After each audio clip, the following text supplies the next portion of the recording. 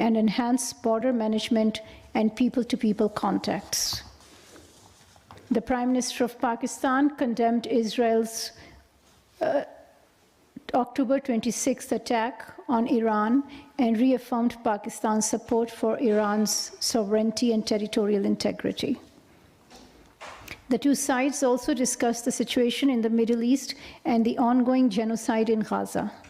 They reaffirmed support for the right to self-determination of the Palestinian people and for an immediate ceasefire, unhindered humanitarian assistance, and the creation of a Palestinian state with Al-Quds al-Sharif as its capital.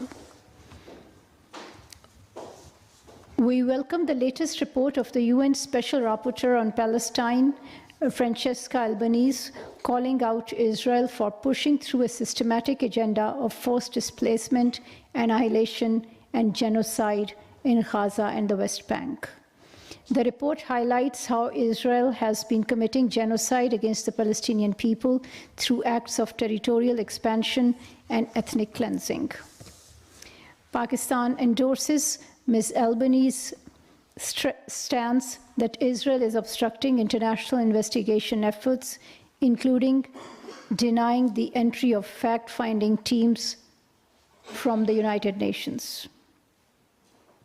We support her call on the international community in acting decisively in bringing an end to Israel's unbridled atrocities against the Palestinians and to ensure unhindered humanitarian assistance to Gaza and full financing and protection of UNRWA.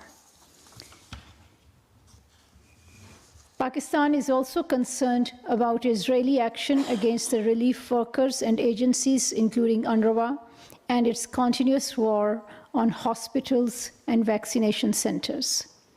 After destroying the health infrastructure in Gaza, Israeli occupation forces are now targeting hospitals in Lebanon.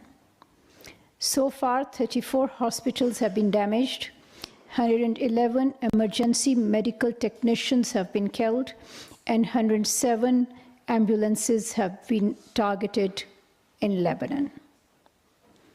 Such attacks on the humanitarian structures, agencies, and actors in Palestine and Lebanon prevents people from seeking urgent medical care while creating long-term health risks for millions, including children.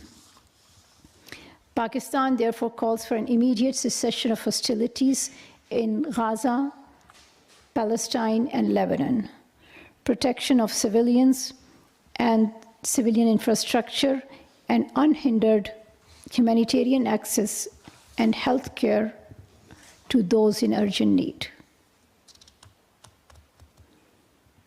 We are also concerned about the reports of deteriorating health of Kashmiri leader Muhammad Yasin Malik as he observes a hunger strike in protest for the poor conditions and insufficient medical care in New Delhi's Tihar jail.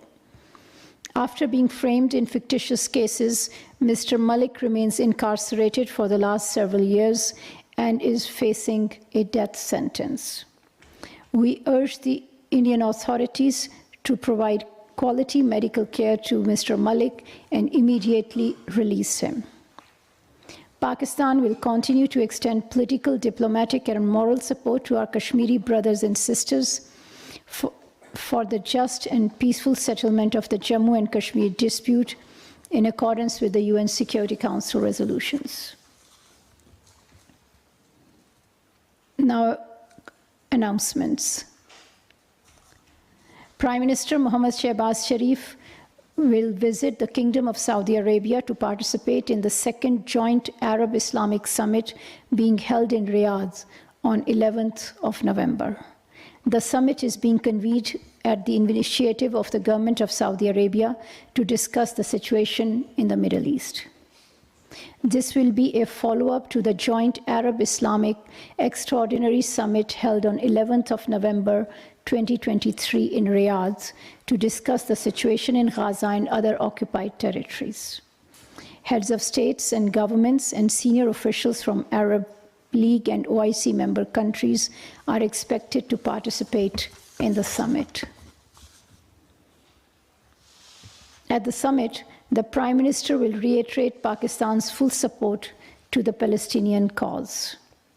He will call for an immediate end to the genocide in Gaza, an urgent and unconditional ceasefire, immediate cessation of ongoing Israeli adventurism in the region that is endangering the security of the countries in the Middle East.